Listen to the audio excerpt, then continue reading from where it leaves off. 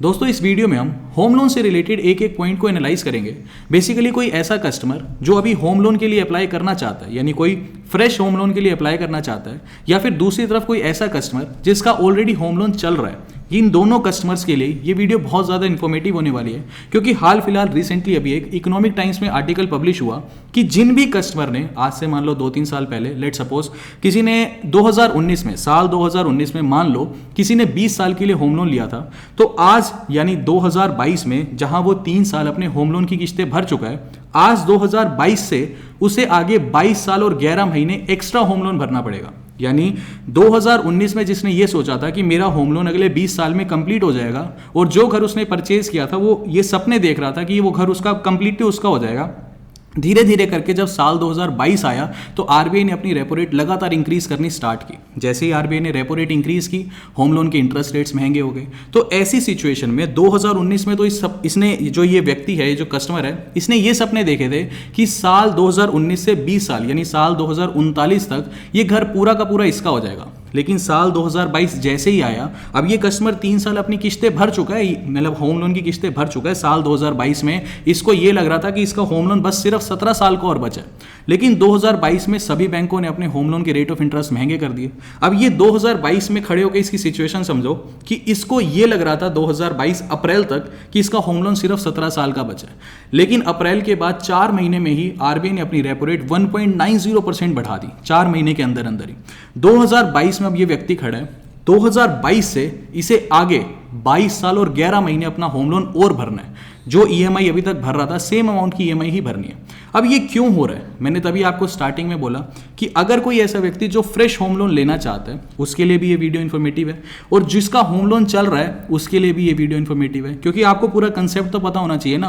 क्योंकि बहुत सारे लोग क्या कर रहे हैं, बैंकों में जाके लड़ रहे हैं कि हमारा होम लोन जब हमने 2019 में लिया था, 2018 में लिया था, तो हमारी बात ये खुली थी कि हमें 20 साल भरना है, 30 साल, जितना भी टाइम फ्रेम जिस भी कस्टमर ने लिया। क्योंकि ज़्यादा से ज़्यादा बैंक होम लोन 30 ईयर्स के लिए देता है। मान लो किसी ने 30 साल के लिए होम लोन लिया था, तो वो जाके लड़ रहा है कि हमारा होम लोन का टाइम पीरियड क्यों बढ़ा दिया। तो अब कंसेप्ट तो पता होना चाहिए ना, तभी आपको होम लोन लेने का फायदा है। या ऑलरेडी होम लोन चल रहा है तो आपको ये पता होना चाहिए कि होम लोन की या तो आपकी किस्तें बढ़ेंगी, यानी जितनी अभी तक आप ईएमआई भर रहे थे उससे ज़्यादा अमाउंट की ईएमआई आपको भरनी पड़ेगी, या फिर आपका जो होम लोन का टाइम पीरियड है वो बढ़ जाएगा, क्योंकि आरबीआई अपनी रेपो रेट बढ़ा रहा है। तो पूरा कंसेप्ट समझेंगे कि ये क्यों हो रहा है, पूरी सिचुएशन क्या चल रही है, एक एक करके मैं आपको सारी चीज़ समझाता हूँ।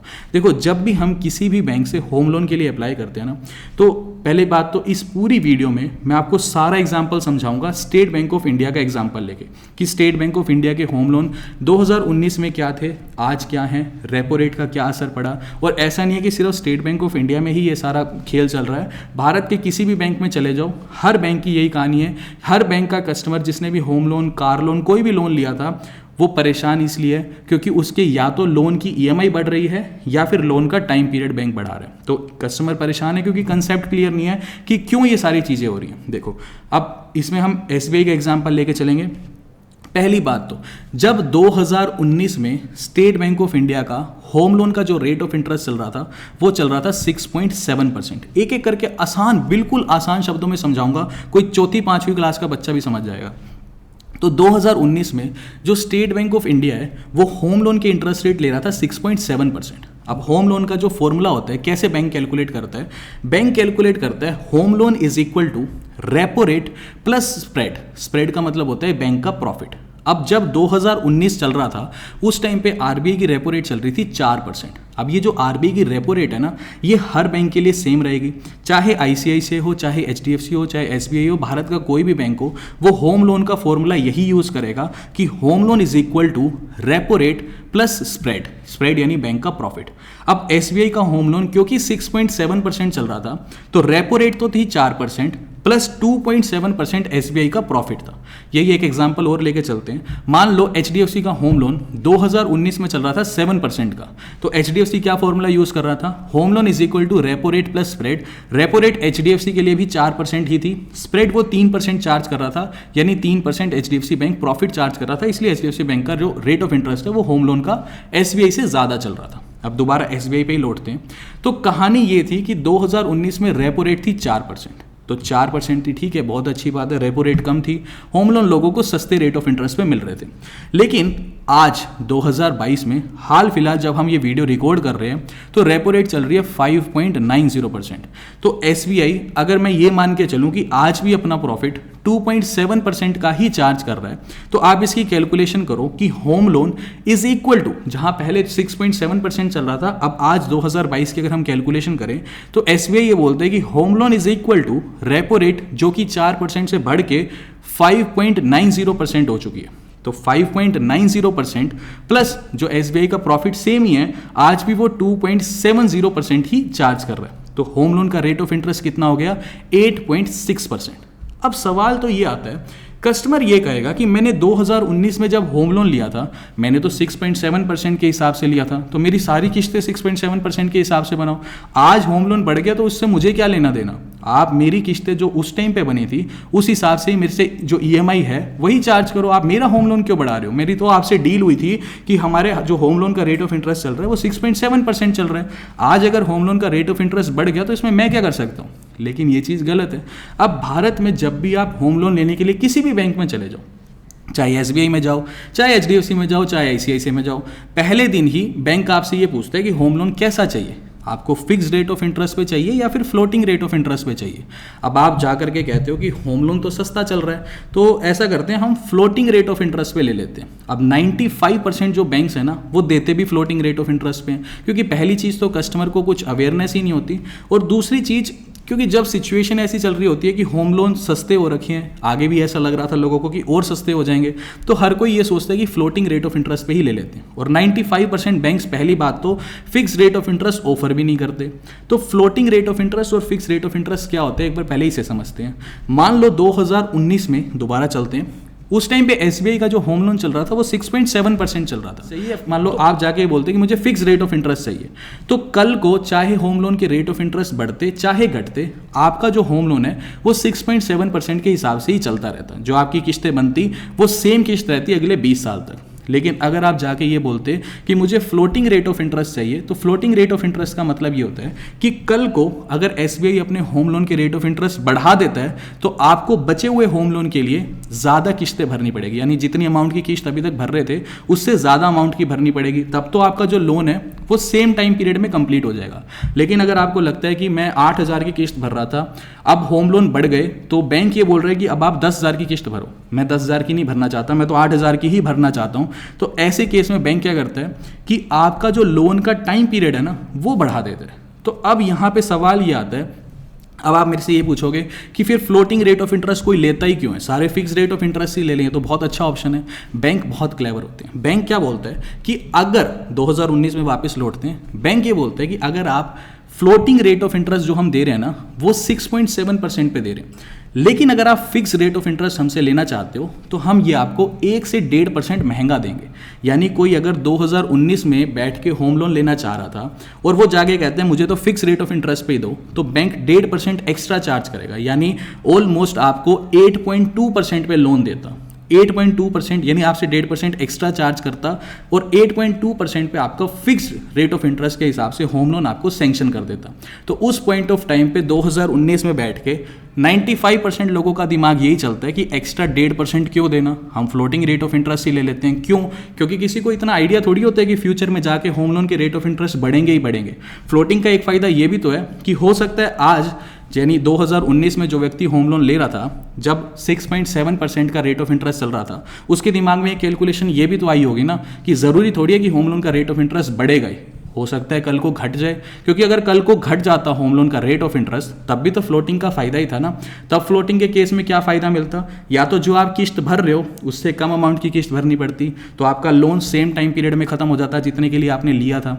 अगर आप सेम ईएमआई भरते तो आपका टाइम पीरियड बैंक कम कर देता है। यानी फ्लोटिंग का फ़ायदा भी और नुकसान भी है। फ़ायदा ये है कि कल को अगर मान लो जो लोन आपने लिया है उसका रेट ऑफ इंटरेस्ट अगर बैंक घटा देता है तो आपका लोन खत्म भी बहुत जल्दी हो जाएगा जितने टाइम पीरियड के लिए आपने लिया है। तो इसमें फ्लोटिंग का फ़ायदा और नुकसान दोनों चीज़ें होती हैं। अब समस्या ये है कि जितने भी बैंक्स हैं उनमें से 95% जो कस्टमर्स हैं उन्होंने लोन ले रखा है फ्लोटिंग रेट ऑफ इंटरेस्ट पे। अब जिसने फिक्स रेट ऑफ इंटरेस्ट पे लिया उसे तो कोई दिक्कत नहीं है, चाहे लोन का रेट ऑफ इंटरेस्ट बढ़े चाहे घटे, उसे क्या प्रॉब्लम है, उसका तो उसकी सेम किस्तें कट रही हैं।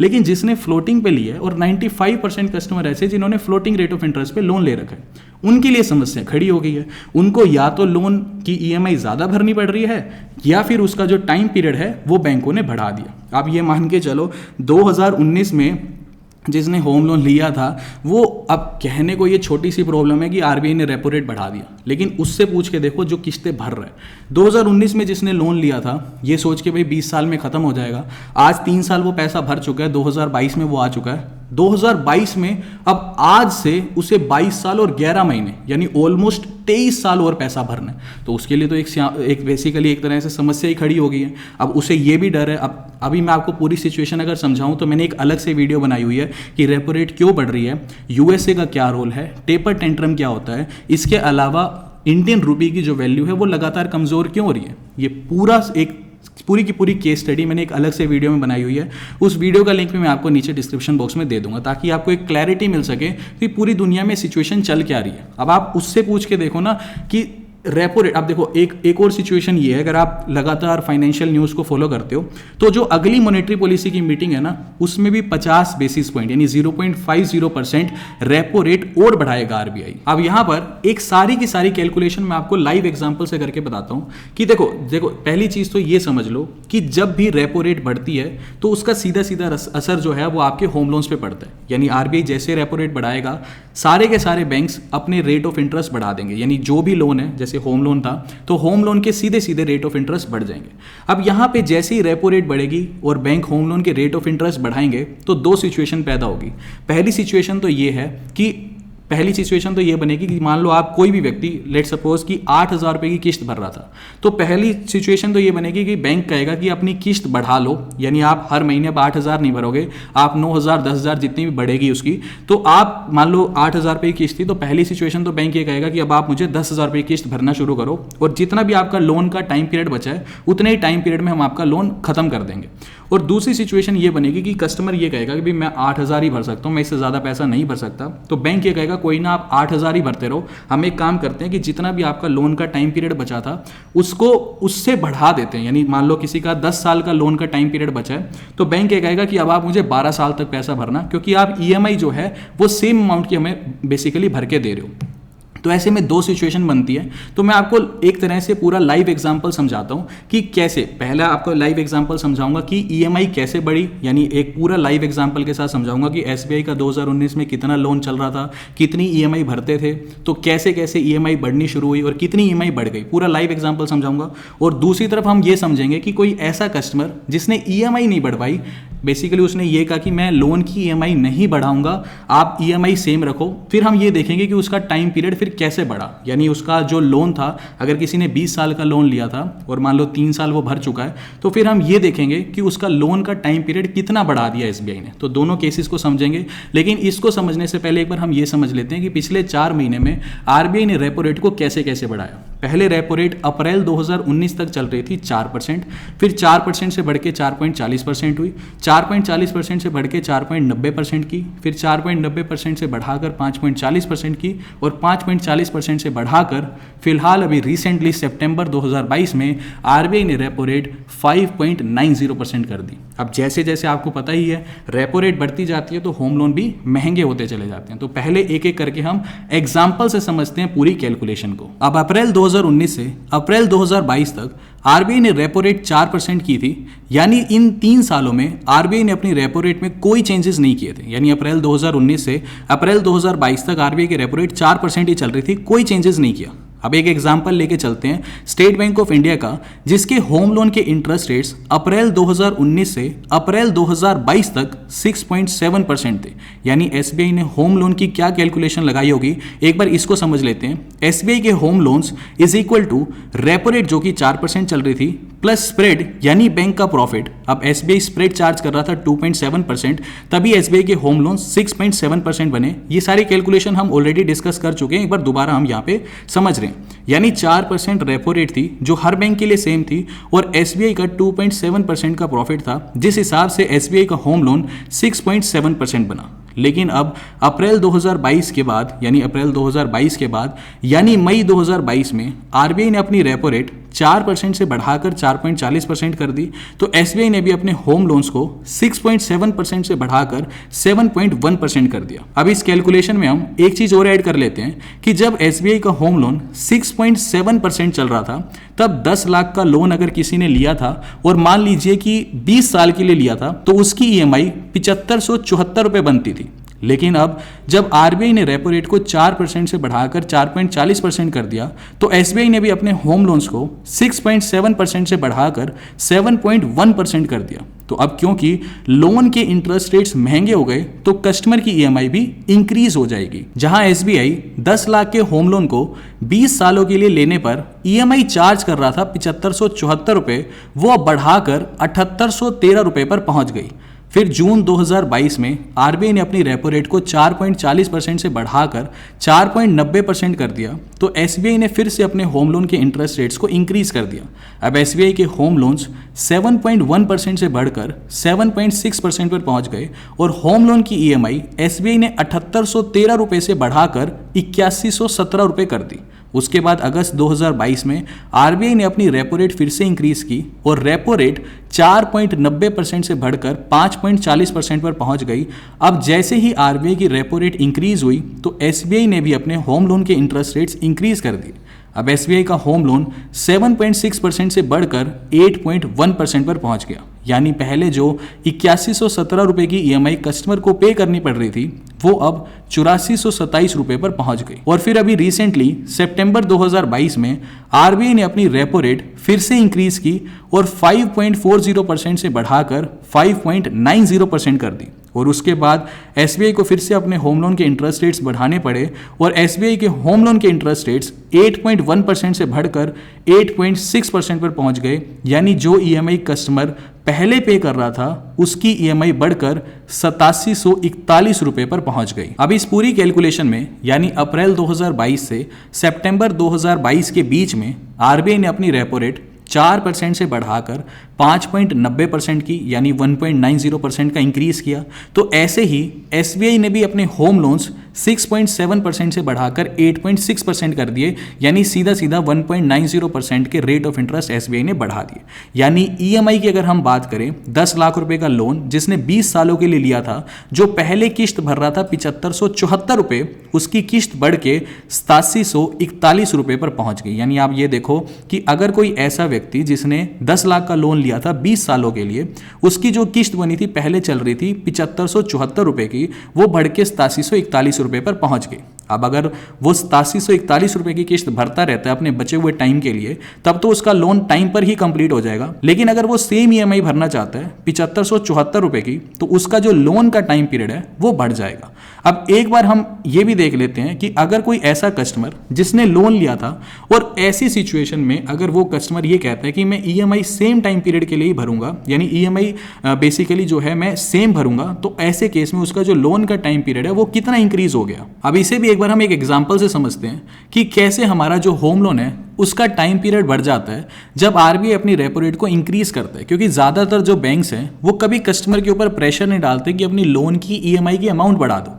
ज़्यादातर बैंक्स यही करते हैं कि लोन का टाइम पीरियड बढ़ा देते हैं, क्योंकि उन्हें पता है कि अगर ईएमआई बढ़ा दी तो बहुत सारे लोग ब्रांच में आके लड़ाई करने लगेंगे। तो ऐसे में जो मेजर बैंक्स हैं, ज़्यादातर जो बैंक्स हैं वो हमेशा क्या करते हैं, 99% केसेस में कभी भी ईएमआई की अमाउंट नहीं बढ़ाएंगे।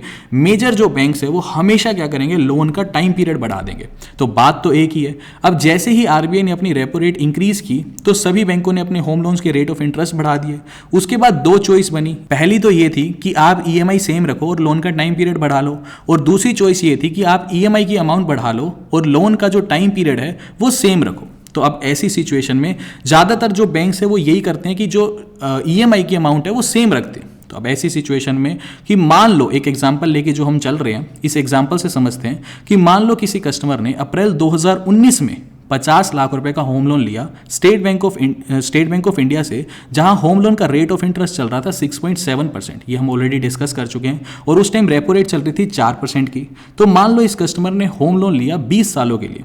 अब अप्रैल 2019 से अप्रैल 2022 तक यानी 3 साल यानी कि 36 महीने, एक तरह से 36 मंथ्स के लिए इस कस्टमर ने अपनी सारी ईएमआई टाइम पर बैंक को रीपे की। अब अप्रैल 2022 में इस कस्टमर का लोन बचा 17 साल का और 50 लाख रुपए में से आउटस्टैंडिंग बैलेंस बचा 46,04,000 रुपए का। यानी जब ये सिचुएशन अप्रैल 2022 में, जब ये व्यक्ति अप्रैल 2022 में पहुंचा तो इसका लोन कितने टाइम का बचा? 17 साल का इसका लोन बचा, और जो पेंडिंग अमाउंट थी, बेसिकली जो आउटस्टैंडिंग अमाउंट थी, वो इसकी जो बची थी वो बची थी 46,04,000 रुपए की। अब अप्रैल 2022 की ये सिचुएशन है, लेकिन मई 2022 में आरबीआई ने अपनी रेपो रेट 4% से बढ़ाकर 4.40% कर दी, और इसके साथ ही एसबीआई ने होम लोन के रेट ऑफ इंटरेस्ट, यानी अब जब मई 2022 आया तो आरबीआई ने रेपो रेट 4% से बढ़ाकर 4.40% कर दी, और एसबीआई ने भी अपने होम लोन के रेट ऑफ इंटरेस्ट एक तरह से 6.7% से बढ़ाकर 7.1% कर दिए। और होम लोन के इंटरेस्ट रेट बढ़ते ही एसबीआई ने ईएमआई की अमाउंट तो सेम रखी, लेकिन लोन का टेन्योर जो है वो 11 महीने से बढ़ा दिया। यानी जो लोन 17 साल का बचा था वो 17 साल और 11 महीने का रह गया। ऐसे ही जून 2022 में आरबीआई ने रेपो रेट बढ़ाई तो एसबीआई ने अपने होम लोन्स और महंगे कर दिए। अब होम लोन 7.1% से बढ़कर 7.6% पर पहुंच गए। अब दोबारा एसबीआई ने ईएमआई अमाउंट सेम रखी, लेकिन जो पेंडिंग लोन टेन्योर था वो 17 साल 11 महीनों से बढ़ाकर 19 साल 3 महीने कर दिया। अब ऐसे ही जुलाई 2022 में आरबीआई ने फिर अपनी रेपो रेट बढ़ाई तो एसबीआई ने फिर से अपने होम लोन्स महंगे कर दिए, और एसबीआई के होम लोन जुलाई 2022 में 7.6% से बढ़कर 8.1% पर पहुंच गए। अब एसबीआई ने ईएमआई अमाउंट फिर से सेम रखी, लेकिन लोन टेन्योर 19 साल 3 महीने से बढ़ाकर 20 साल 9 महीने कर दिया। ऐसे ही अगस्त 2022 में एसबीआई के होम लोन्स 8.1% से बढ़कर 8.6% पर पहुंच गए, और एसबीआई ने 20 साल 9 महीने का पेंडिंग लोन बढ़ाकर 22 साल और 10 महीने का कर दिया। अब ये जो सारी सिचुएशन हमने इस वीडियो में डिस्कस की, ये ऐसा नहीं कि सिर्फ स्टेट बैंक ऑफ इंडिया के साथ ही है। अगर आप इंडिया के किसी भी बैंक से अगर आपने होम लोन के लिए अप्लाई किया होता तो सेम सिचुएशन सभी बैंकों के साथ बनी है। हर बैंक का कस्टमर आज यही परेशान है कि या तो उसकी ईएमआई की अमाउंट बढ़ गई है, या फिर वो इसलिए परेशान है कि उसका जो लोन का टाइम पीरियड है वो बैंकों ने बढ़ा दिया। तो ऐसी सिचुएशन में अब आप ये इमेजिन करके देखो कि साल 2019 में जिसने 20 साल के लिए होम लोन के लिए अप्लाई किया था, वो आज 3 साल किस्तें भरने के बाद आज ये सोच रहा है कि उसे आगे 22 साल यानी ऑलमोस्ट 23 साल और लोन भरना है। यानी 3 साल वो भर चुका है, 20 साल का उसने लोन लिया था, और 2022 में बैठ के वो ये देख रहा है कि उसे एक तरह से 23 साल और एक्स्ट्रा पैसा भरना है। यानी उसका तो लोन जो है वो 6 साल फालतू हो गया, यानी वो एक तरह से माइनस में चला गया। मतलब उसके जो सपने थे 2022 में ये चल रहे थे अप्रैल तक कि उसका जो लोन है 17 साल में ख़त्म हो जाएगा, लेकिन मई जून जुलाई 4 महीनों में तो उसकी एक तरह से सिचुएशन ही बदल गई। उसको अब ये पता लग रहा है कि उसे 23 साल और पैसा भरना है, और उसे ये भी डर है कि अगली मॉनेटरी पॉलिसी में जहां पूरी उम्मीद दिखाई दे रही है कि आरबीआई अपनी रेपो रेट और इंक्रीज करेगा, तो ऐसी सिचुएशन में तो एक बहुत डिफिकल्ट सिचुएशन है। मतलब हम ये वीडियो देख रहे हैं, अगर हमने अप्लाई नहीं किया तो हम इस सिचुएशन को नहीं समझ सकते, लेकिन जिसने होम लोन्स के लिए अप्लाई किया हुआ है वो इस सिचुएशन को समझ सकते हैं कि उसके साथ क्या प्रॉब्लम चल रही है। दोस्तों ये था एक छोटा सा एनालिसिस कि होम लोन की सिचुएशन क्या चल रही है। तो उम्मीद करता हूँ कि ये वीडियो आपको इन्फॉर्मेटिव लगी होगी। इन केस अगर स्टिल आपका कुछ डाउट है तो नीचे कमेंट करके आप मुझसे पूछ सकते हैं। अभी के लिए this is the end of the video. Thanks for listening and thank you.